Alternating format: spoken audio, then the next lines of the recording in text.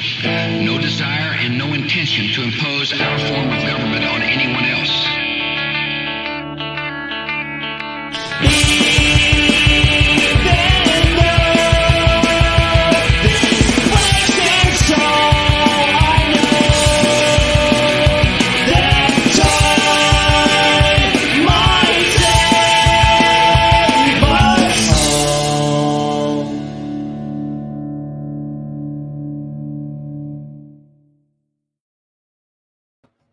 Hey everybody, and welcome to the show. Today is Monday, October 21st, 2024, and if today is not that date, then you are watching a replay. Sorry about that. Sorry, not sorry.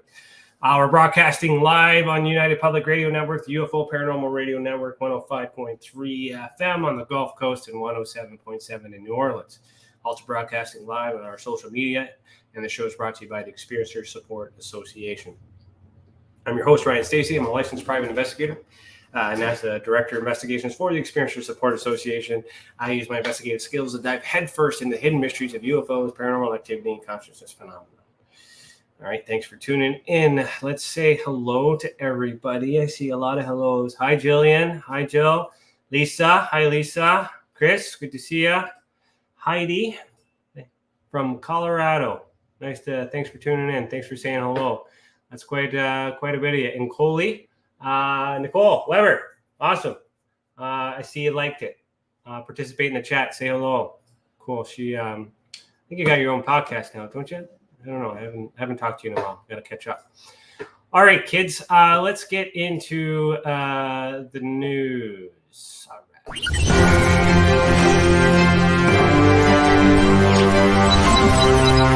Tessa News and Updates. Okay. I'm going to change this background. Oops. There we go. Okay. So, nothing super new on the website except for a couple updates to the way that things are going to work behind the scenes. So I'll explain it because you're going to miss it, but it's quite complicated in terms of what we had to do to make this happen. I'm taking some extra measures to be able to input more information in a systematic way and also have it categorized. So the way to explain that is sometimes when I write these articles, the date that I write this article is not the date that the document in which I'm speaking about or the event in which I'm talking about. It's not the same date. And that becomes an issue when we're on the timeline. Okay, so if the posted date shows up on the timeline, then it's inaccurate. So what we've done is we found a way to be able to trick the system in such a way that you're going to see a posted date and a release date. So May 17th, 2024 is when that document was released. Okay, and September 3rd is when I published this article. Because we're going to have a lot of articles coming out that are talking about documents from the past. And this is important because then now when we go to the timeline, it's on May 17th. So it's in chronological order. Another thing that we're doing in terms of updates is we're going to have categories set up here, which is something I wanted to do because this timeline is expanding. But there's a lot of different things going on. Like, for example, that's a paranormal document. Doesn't really blend too well with all these UFO reports, even though I understand that it's connected. And some of you who are working with the ultra spectrum classification system start to understand how it's connected. But sometimes you got to look at it separately. So we're working on a little bit of a feature where we can customize, where you can have a full timeline of everything, or you can just see UFO, just see paranormal. I might do a couple things. I'm going to say biblical things, but I mean like a timeline of information and theology and religion. So it'd be interesting to get all that stuff in the timeline, and then you can measure what's going on in the world and all of these spectrums at the same time, or look at them separately. So it's very similar to what we do in the visual evidence database, where you can check these on or off in order to determine or plan your research. Right now, it's automatically set to have everything on.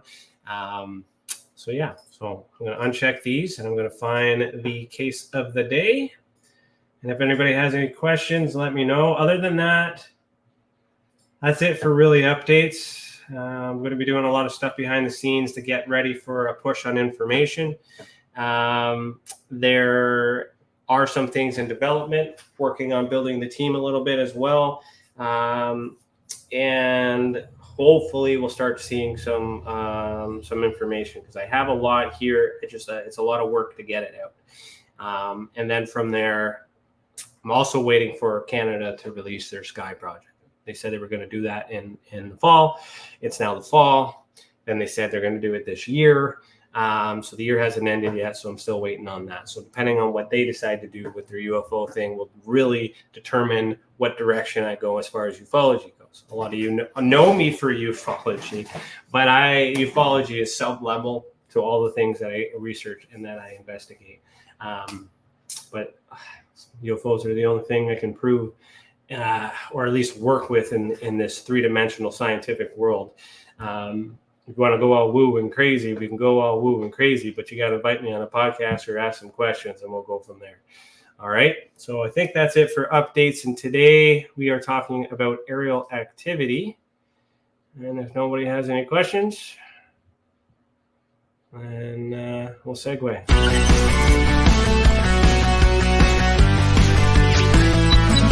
Aerial activity, sensory display. All right. So today on the timeline, I believe. Oh, yeah. I forgot to mention the podcast tomorrow night. Danny Whitson is interviewing Bruce Rapuano, talk about alien abduction, neural implants, and humanoid beings. So that should be a good show. October 22nd, season 6, episode 41, and 7 p.m. Eastern Standard Time. All right. Two white lights moving in a circular pattern. So let me find that here. And Yellowknife. So put my labels on.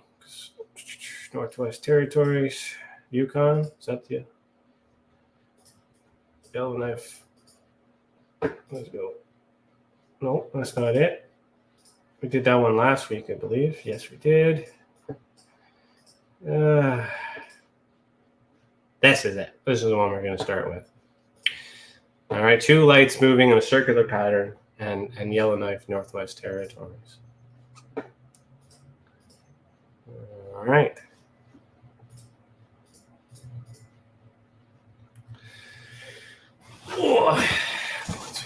Points of interest. All right. So this is another video of air traffic control audio from the pilots. And I can read the transcript for you guys on radio.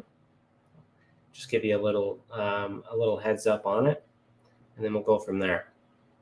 All right. So this is actual pilot audio that was retrieved when we knew about an event in the KDORS report 2023 C0560. That's the code for that. If you guys want to look up that case.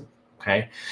All right, so on January 30th, 2023, at approximately 06:15 Zulu, a Canadian North flight from Fort McMurray, Atlanta. Is that Atlanta? Alta? To Yellowknife, Northwest Territories, reported two white lights moving in a circular pattern as they approached their destination in the dark. All right. Their reports first appeared in Transport Canada's online aviation incident database. The audio recording of this conversation with air traffic controller in Yellowknife was taken from the liveatc.net. And for more details, see that report and see those clips. And the audio clip has been edited. So for length. So here's the transcript. Towers Arctic 5071, Yellowknife Radio. Good evening. Good evening. Just wondering, do you got two planes that are just to the east of your field doing circuits or maneuvers? So good validation there, good explanation to try and see if you can get validation. Negative, I have no reported traffic in the area. Do you have a visual on something? All right, so nothing on the radar. Yeah, we're looking at two lights dancing around here to the east of your field. They're above us. So dancing around is the term that was used to describe them. So are they literally dancing or are they just moving around? But they are above them and they don't appear on radar. Right above us, about I don't know what, we're not seeing them on TCAS, but we can see the lights moving around. I don't have anything on the radar either. Let me talk to center. So Arctic 507, Yellowknife Radio and Audible, go ahead. Hey, center doesn't have anything about my movement about any movement in the area. So I'm really wondering what you're seeing there. Yeah, so are we. Have you said they're over your position? Oh, they're above us. So that's pretty confident in what they're saying. We're in an audible, so probably a flight path of 12,000 feet or flight level. We're 30 miles back from your field over the lake. And yeah, we're seeing them just to the east of the city by maybe 20 to 30 miles, but they're well above us. We saw them when we were going through 20,000 feet. They look somewhat parallel for altitude. So I saw them as they were going at a higher altitude, but they look like they were parallel. So they could very well be attached to the same craft, if anything comes of that. All right, I'm trying to look. I don't see them from the ground here. Well, I'll keep an eye out. I'll talk to center again. Yeah, no worries. They're not a risk to us. We just want to know what it is. If you guys had a ping on the radar, no, we got nothing. That's quite strange. Do you guys want an advisory? Yeah, sure, might as well. We're on runway 34 direct at this time. So they're escalating it. Hey, this is Victor. Report 5 miles final. And let me know if there's any movement with those planes or if they get closer or anything. I'll try to figure out what's going on. Yeah, so far they're just lights that come in and out, but there's 2 of them that are moving around in a circular pattern. So now they're moving around in a circular pattern, either this way or this way. I don't know. That information isn't available. Okay, it could be 2 different ways. 507 is on a 10-mile final runway 34. We still have that traffic in sight, so they can still see what they know is in the air. So their systems are working. It's looking about 10 nautical miles directly northeast of the fields, maybe about flight level 270 or so. So they're saying they're about 10 nautical miles northeast or northwest, question mark. Northwest on the field. Yeah, 10, 12 mile-ish. Well, I'll let you inaudible. We'll talk on the ground. Sounds good. So they're going to land in taxiing Alpha Bravo to first air.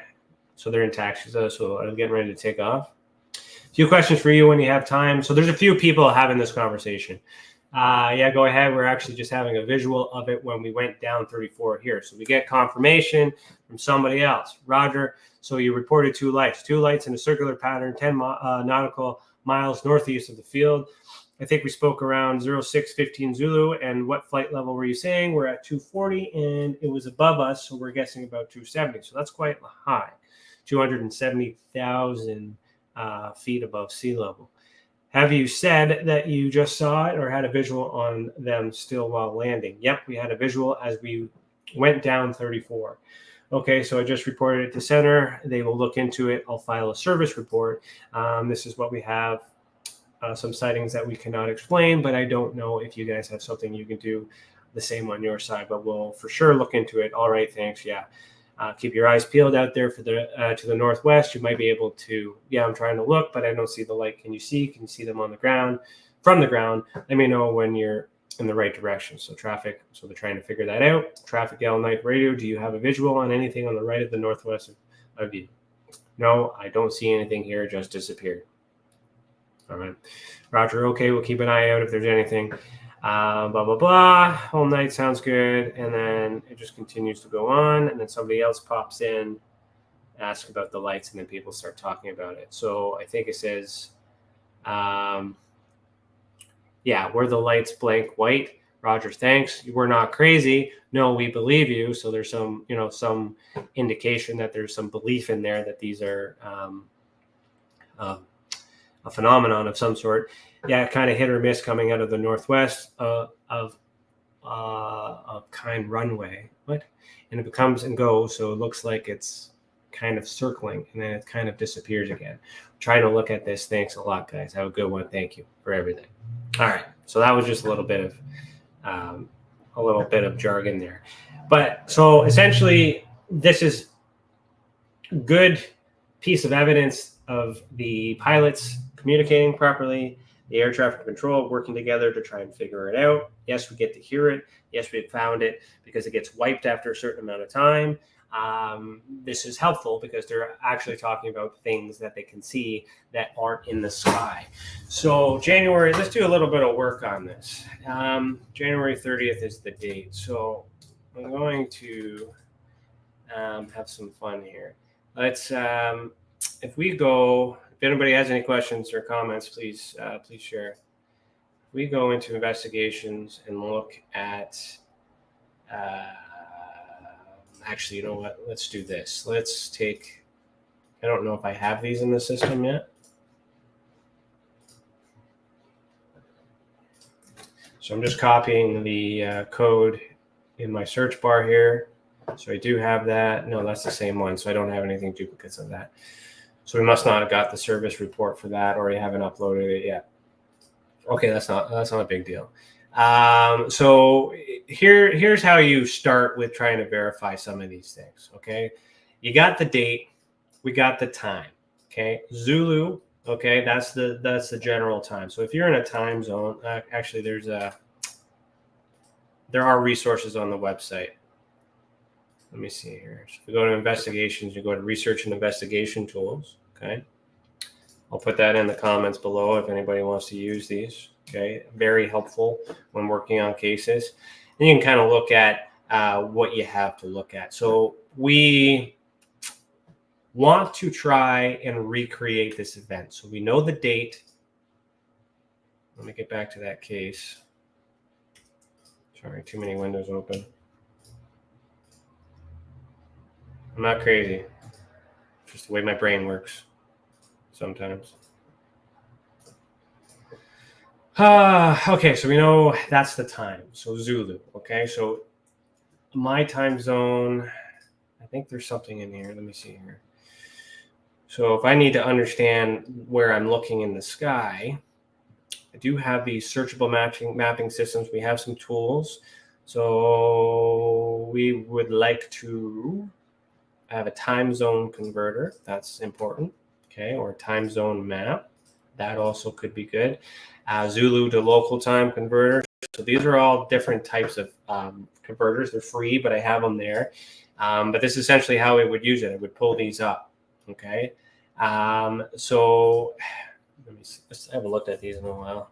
But a lot of you guys watching, but no comments, just listening. Come on, Matt.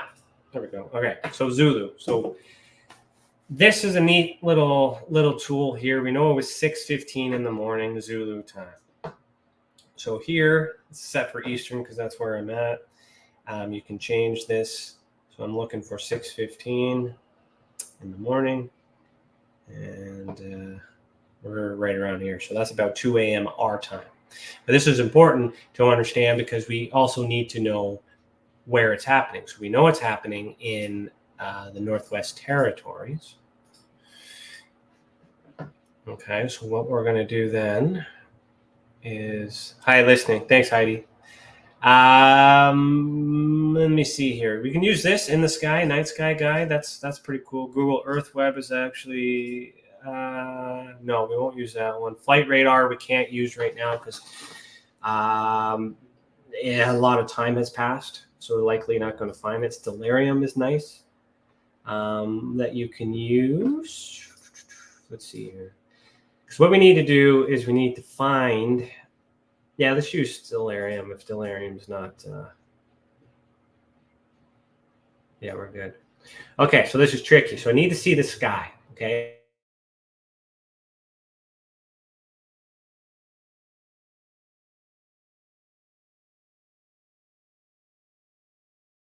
January 30th, 2023. January is the first month, right? Last time I checked. Well, it's actually not the first month. That's Aquarius month. So that's, I think, the 12th or 10th month. I don't know. Remember, the calendars that we use today is wrong. So then we look at the sky from the on the 30th. Then we go to our time zone if we want to look at the sky. Okay, you can do it two ways. It's best to look at it in your time. In their time. because the sky looks different. So I could look at it at 2 a.m., but I'm also looking at the sky from the eastern side. So what we want to do is convert that to their time, but I haven't used this in a while. Let me try and figure this out. They might have moved it. Full screen, dark sky, constellations, near old Toronto. Can I change where I am? Perfect.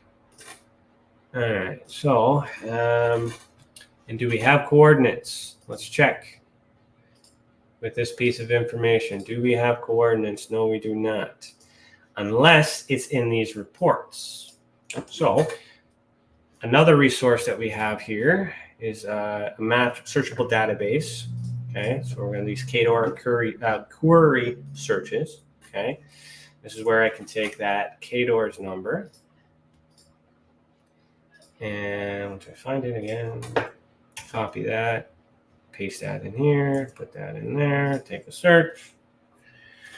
Here's the report, and see if the coordinates are here. Coordinates are not here. But I probably have it in my file somewhere. I'll have to look for it, but I don't have it readily available for that. I would have already done the work on it anyways. So for the purpose of this experiment or this example, I do not have the coordinates, so I don't know. So what we have to do is kind of figure out, okay, from Fort McMurray, yeah, it was Alberta. I knew that. So there was a typo there. Approach from runway 34 at F20 report 2, white lights approximately 3,000 feet above them. Circular pattern. So this is where they were traveling from. That airport to this airport. So we're going to try and find TYMM airport. So just a quick Google search. All right, there's my address. That's where the event is happening. I'm going to copy and paste that, and that's where we're going to look at the sky. Okay, does that make sense? Hope so. Nothing found. Of course, nothing's found. So why is nothing found? Why would you not work? This is not my system. So Stellarium, you need to update your system because it doesn't seem to be working for me.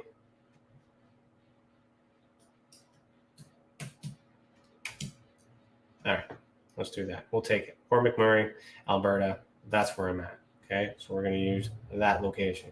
Use that. So now we're looking at the sky in their time, like where they are. So now we have to consider the time zone. So this time is still set for Eastern time.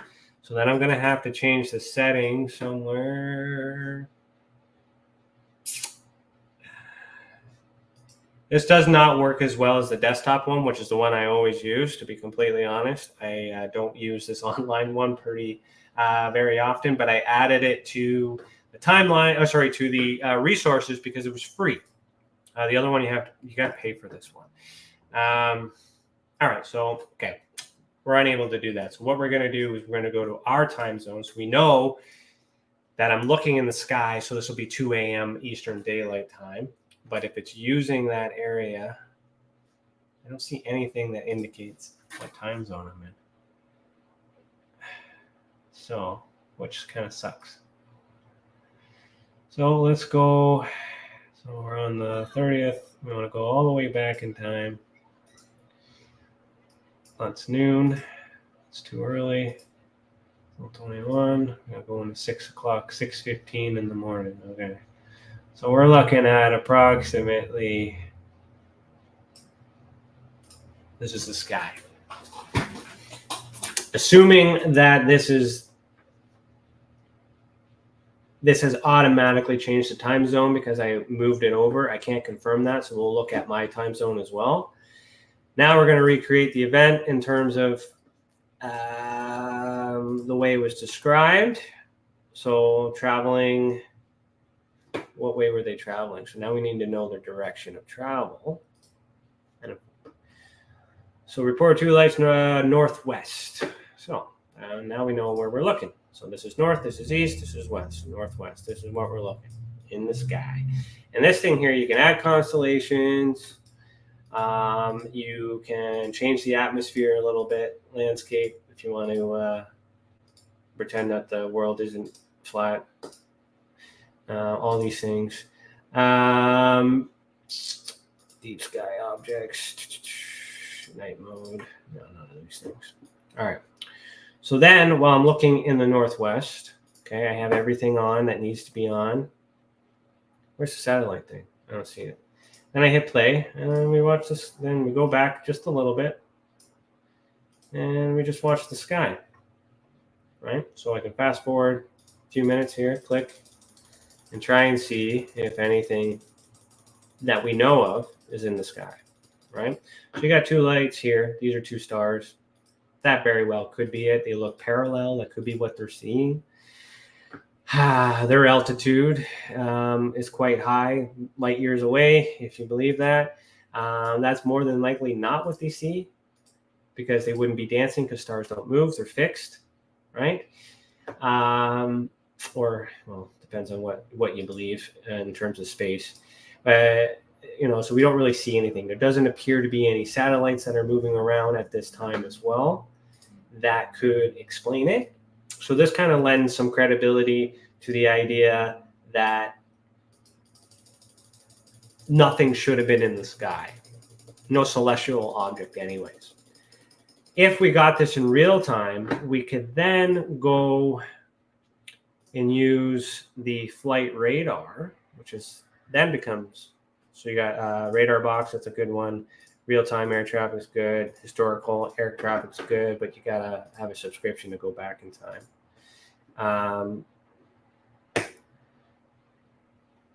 But the way this works, if you can actually track in real time the flight path, if you have the information as it unfolds, or within the last 30 days or 7 days or something like that.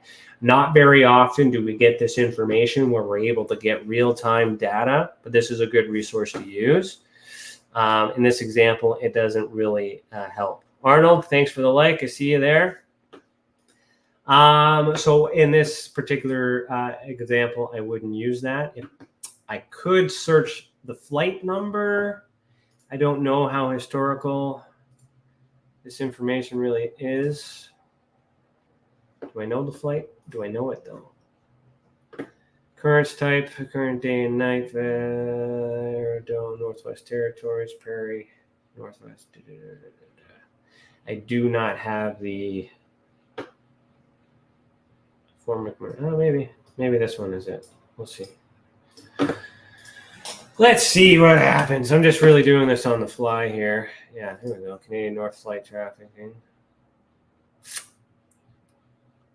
So that's just one of the most recent flight paths that this particular craft has taken. So, it's quite these things are really good resources to use in real time, but unfortunately, they're not very helpful when the experiencer doesn't provide a lot of details or the government withholds information. So if I have all the information, I'd be able to probably figure this out. But what does it sound like? Now another thing we can check, well, January 30th, meteor showers. I don't think there's any meteor showers on that time. I don't want to see one. Meteor activity January 5th. That's a little early. I don't know. I think the Geminids, Perseus, I think those are not near this time. So then this here, we can kind of maybe rule out shooting stars that are deliberate or meteor showers, but that doesn't mean it's not space debris. So it's still where very well could be that. So then we're left with just looking at it face value. Okay, so let me just close these. Two lights dancing in the sky. White lights. So there could be drones. However, the flight level that they were seeing on descent is 270 flight levels. So 270 flight level is the equivalent of 27,000 feet. Okay. So what flies at 20, all these things. These are the questions that you want to ask. What flies, right? That's, planes flying that stuff, but that's basically the normal range. I do think I have something on here that tells me Tells me those references. List of drones eligible for advance. Is it a meteor shower? Oh, I guess we could have done that one. Fireball events. Let's look at that. List of drones eligible for advanced operations. That's if we're trying to identify a specific type of drone, but we're not doing that. Airline codes we don't need. Rocket launch. We could check that. It might have been a rocket. Flight simulator is pretty cool if you want to put yourself in the pilot shoes, but have fun driving that. It's not very easy to do, but that's kind of a cool little thing to look at. Let me see here. Weather underground, weather's not relevant because we're trying to figure it out. Yandex open source search engine. Sky map, light pollution, don't need that. Prohibited airspace for flying drones. That would be useful information. Satellite. That could also be useful. All right, we'll take a look at these, and I will explain to you how they might help narrow this stuff down. For the GPS coordinates, don't need that. Sitrec, don't need that. Don't need that. Don't need that. Don't need that. Okay, so we want to check for meteor showers. January 30th. Let's see here. In real time. August. So let me see. January. Keyword search. Yeah. So basically, the 3rd and 4th of January is where these major meteor showers happen. And that doesn't mean they're not fireballs or any of that stuff could happen, but that's essentially it. Here you got a list of events, so you can actually find the date if you know it, which we do. So let's search 2023. We're going to search Canada because that's where it happened.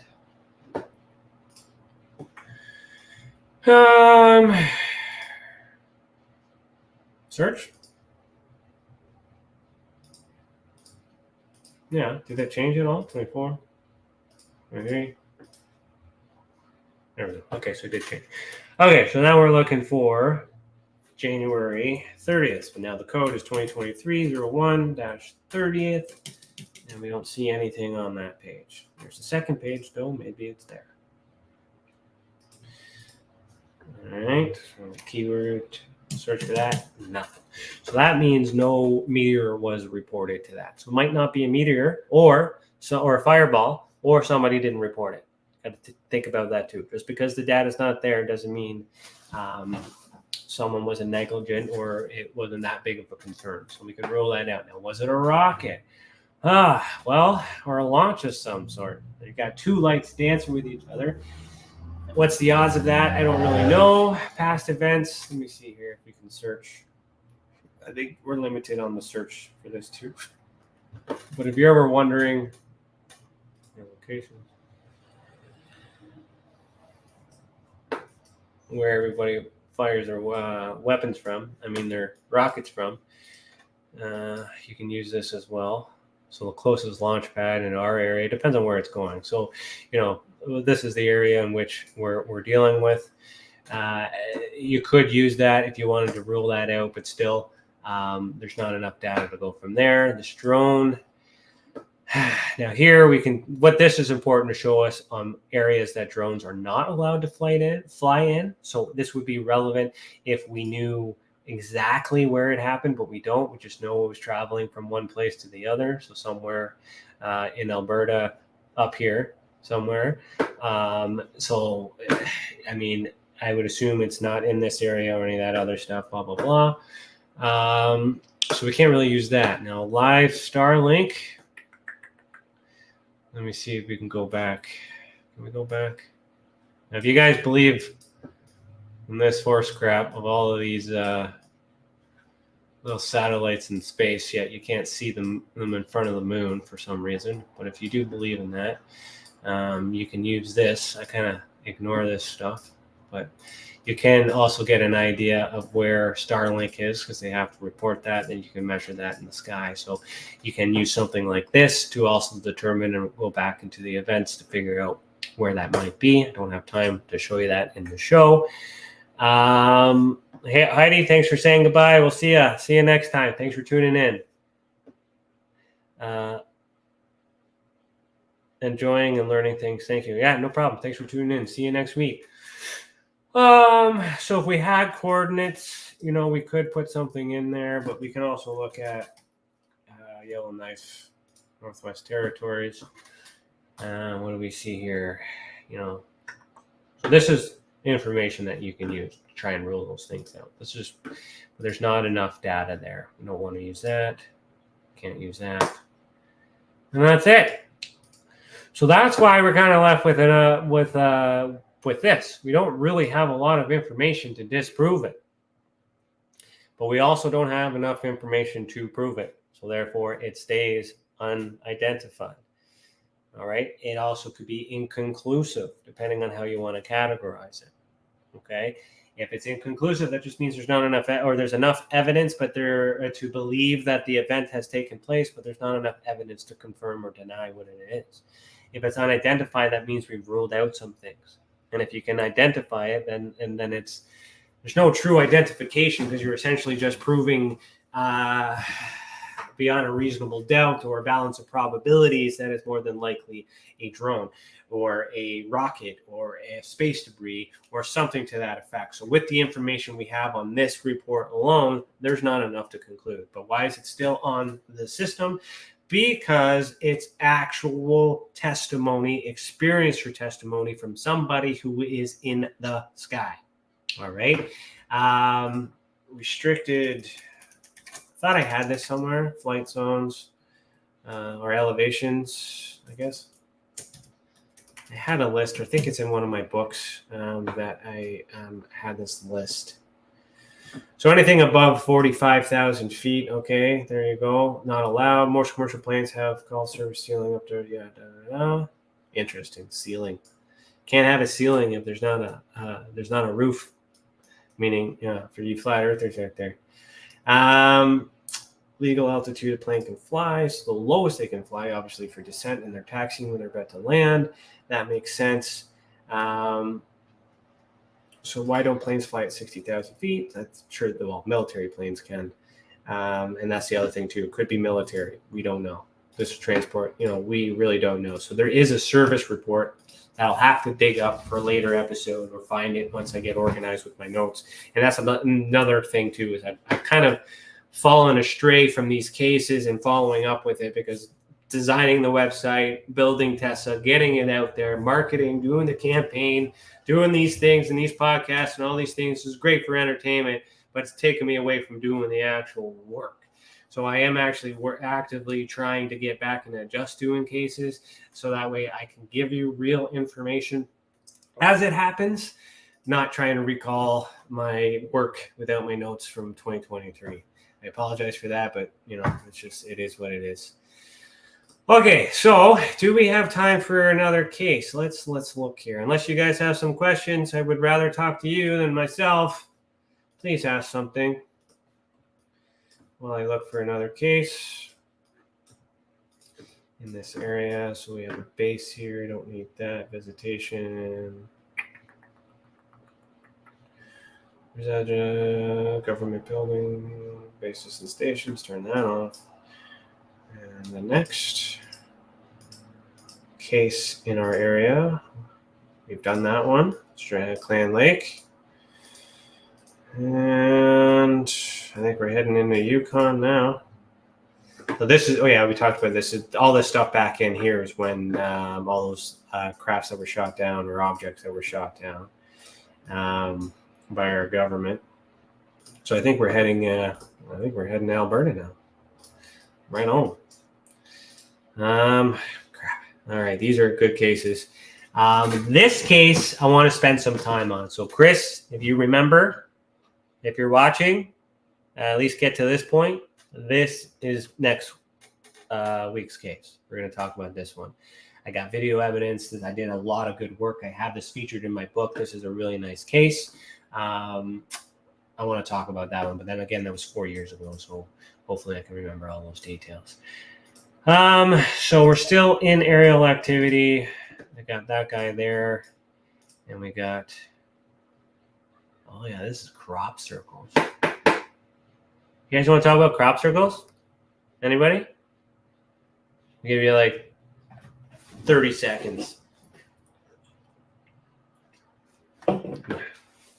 We'll do crop circles. All right. So this, well, how big is this one?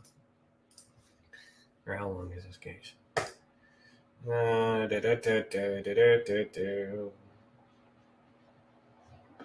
Yeah, it's a short one. We can talk about this one. We got time. So let's segue into, so it's a crop circle. So how would we categorize crop circles on the ultraspectrum classification system? So try and figure it out on your own. I'll walk you through it. All right. So we look at the second part here. Sensory display. Did one of the senses? Yes, it could be a sensory display, but it's not aerial activity. It's not paranormal activity, so it's not that.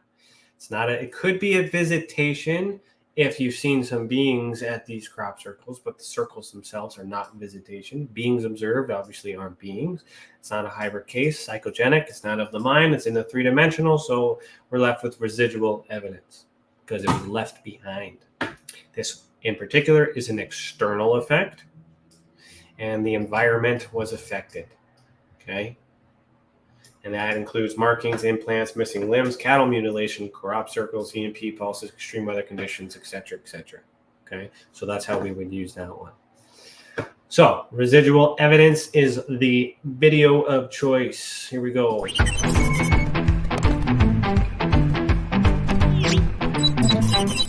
Residual evidence. Okay, so we'll close that. So this is in Alberta. Circular impressions were reported near Camrose, Alberta, Canada. All right, so this is an old picture we got from the government of this alleged crop circle. I forget who's looking at that, but this is the line here. Okay, for you guys on radio, you want to head over to the website, experiencesupport.org. This is the document that was declassified. I have it transcribed here for better reading. On August 8, 1967, a Mr. Patridge of Camrose, Alberta, reported that finding of a number of circular impressions in a pasture in the vicinity of the town of Camrose, Alberta. An investigation was conducted by an officer from Canadian Forces Base, Edmonton, and the company, Dr. G.H. Jones of the Defense Research Board Experimental Station at Suffield. All the marks exhibited the same general appearance, a ring 6 inches in width with diameter varying from slightly over 31 feet to 36 feet. So that's quite a large circle. No evidence of host was evident, but a definite impression in the ground, which was soft from recent rains, indicated distinct pressure. Some slight evidence of movement in a radial manner along the marks was visible in the grass had been pressed down in a definite direction. No physical evidence that would lead to the conclusion of deliberate interference or involvement of any person was found, nor was there any trace of chemical or radioactivity in the area. So if there's no radioactivity, now, no physical evidence that would lead to the conclusion of deliberate interference. So that doesn't mean it wasn't deliberate. Okay. We go back to what they said here. 6 inches in width. What could it be? A wheel could be 6 inches. Right. So how do they make crop circles? We know crop circles can be fake. How to make crop circles? Like there should be a guide on that. I think they put a board and they step on it and things like that, right? So, yeah, I think they step on planks. They've done these. This can be artwork, right? This isn't new. People are capable of doing artistic things here on Earth and passing it up for something, right? I got some comments here. Lisa says, crop circles are interesting. A friend of mine investigated one, was amazed in what he found, how it was done. Yeah, that's awesome. Good for your friend. Thanks for their service to this research. Arnold says, have not seen much on Canadian crop circles. We'll learn on this one. Yeah, there are quite a few. but unless there's evidence, I'm more likely to think it's more man-made. But I put that one up there because it came from the government, so a little bit more credible than anything. Best evidence. He says, Lisa continues, he doesn't believe it was man-made by people that was trying to pull a prank. Yeah, well, there's a belief, but do we know for sure, right? So that could be inconclusive or unidentified, however you want to classify it. So all the marks are the same general appearance. So whatever they used were likely the same tool or same method.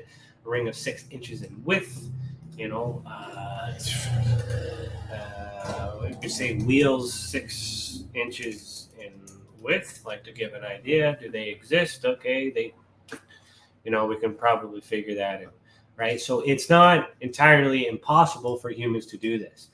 Diameter was slightly over 31 feet to 36 feet, so it's quite big. A definite impression in the ground, so that indicates where the force was. Soft from recent rains indicated distinct pressure, right? So if they're stepping on it, that's your distinct pressure. Some slight evidence of movement in radial manner. So if it is a wheel, it's very possible that they continue to spin it around. Could very well be man-made to get some attention back then. Who knows? But then it said no evidence.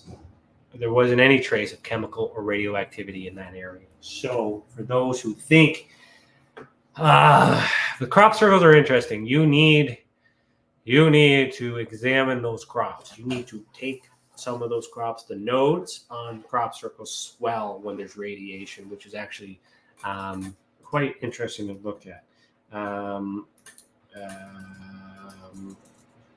What kind of crop is it? I guess wheat crop. Let's take a look here. Let's see the node. Not a node. Yeah. So these things start to swell when there are radioactivity involved. I've seen some pictures of the swelling. Instead of breaking, I've seen it. It looks interesting. The pictures have been verified, but I've never seen any of this stuff in my person. So let's see. I really doubt that Google would allow me to see this. Oh yeah. So on that note, if we go back to research investigation tools, and go down to this Yandex open source search engine. What the hell? My firewall? Come on now.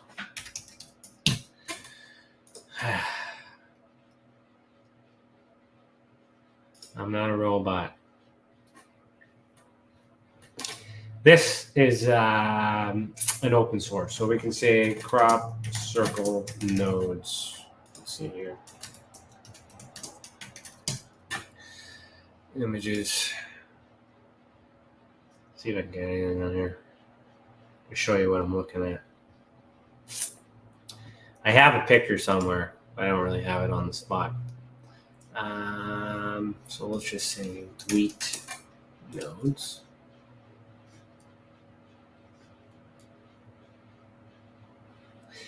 I don't know, I'm wasting too much time on it. But the reason why I like this is because here's an example here, like Google.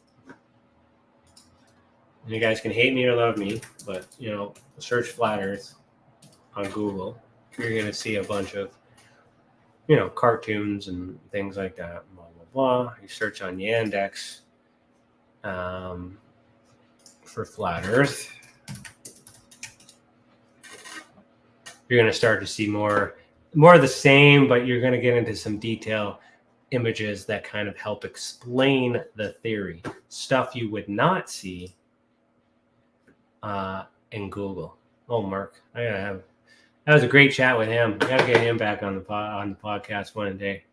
So anyway, that's just an example. So Google likes to make fun of things, as we know, and Yandex appears to show things like like the truth. Freemasonry. A lot of people think Freemasonry. I haven't looked at that on Yandex. I'm just killing some time here. See, that's a lot nicer than what Freemasonry in terms of images goes, but it's not just images. It's also the information that they provide. Right, a lot of things get buried, but these things are. This is a very good search engine. I would highly recommend it. Jewish exposed, 33 exposed. What are they saying about Freemasonry exposed? What do we do now? One day I'll have to talk about Masonry with you guys. Because it's quite funny how they come to these conclusions. But here's another example. Earth. Okay. Planet Earth. Okay, for those of you who probably, planet Earth.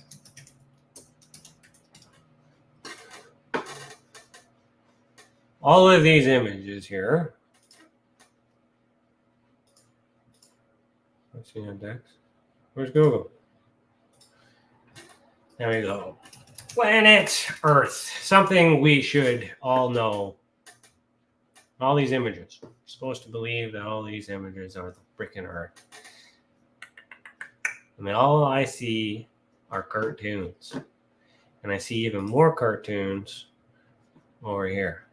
So I have a challenge for you guys. For you guys who don't think that the Earth is non-rotational and we are the center of the universe.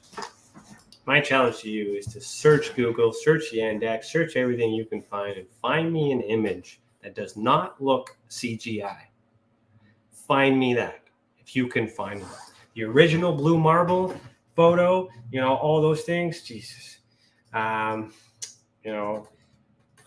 have it on my wall. I don't want to show you everything over here, but maybe I can find it.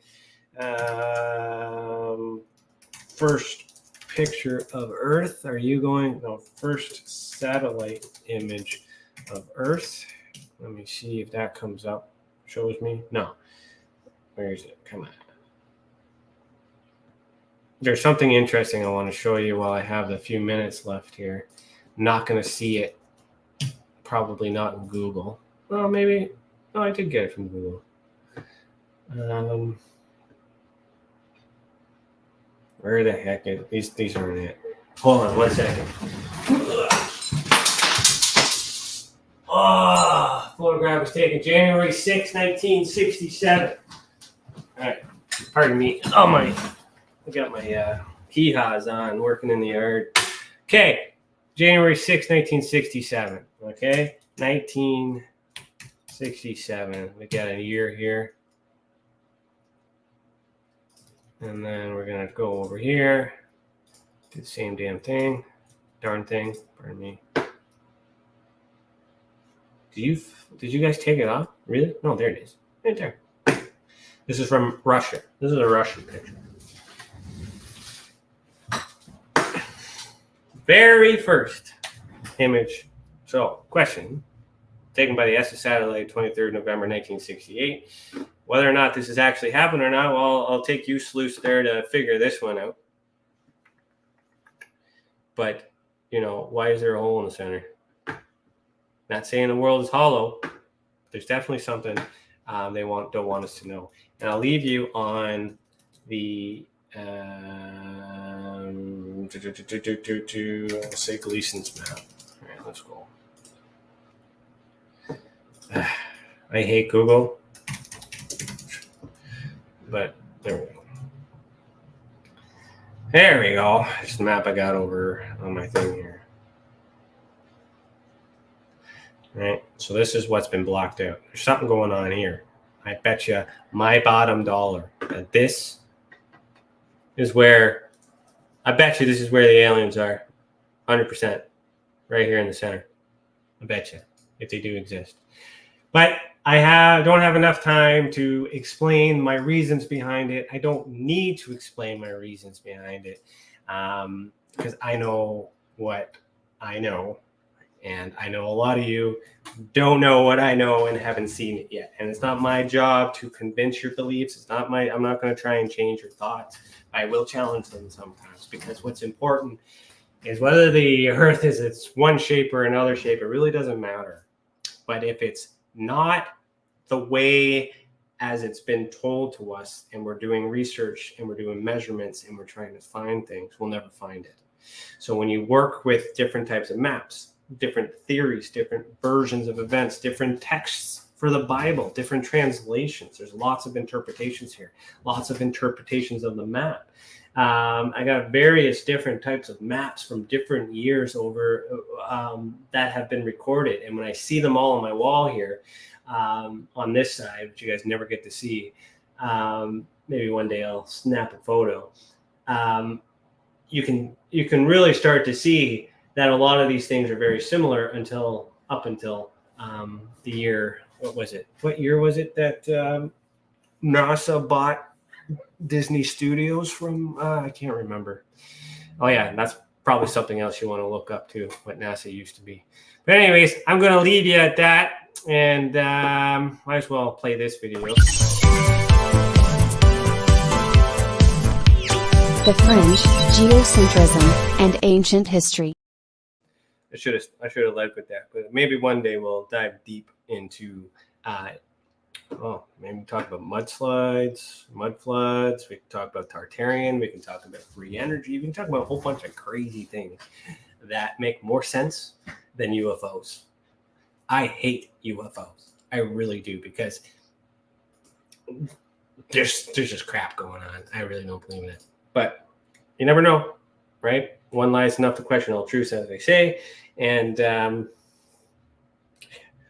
one day we might get that smoking gun, but I don't think it's coming from the government. And I'm pretty sure. And if we're in a enclosed system, as you know, some people believe, we're not going to get aliens. Not going to get aliens. But in the three-dimensional sense, that does not mean they don't exist in the ultra spectrum or the ether, the other place. All right. Okay, so we're going to leave it at there. Thank you for tuning in to this. Where are we here? Yeah, thank you for tuning in to this episode of Skeptical Sleuth, broadcasting live on United Public Radio Network, Paranormal Radio Network, 105.3 FM on the Gulf Coast and 107.7 FM New Orleans. We're also broadcasting live on our social media, and this show is brought to you by the Experiential Support Association. Remember, one lie is enough to question all truths. Okay, thank you for watching. Keep your eyes in the sky, and as always, heal the world. Peace. If you want to really, really find out about Ryan, ask him about all his work and UFOs in Ontario. Ryan is one of Canada's leading new UFO investigators. He conducts and oversees UFO investigations on a constant basis. He's compiled a tremendous amount of data regarding UFOs in Canada. I have used his research extensively.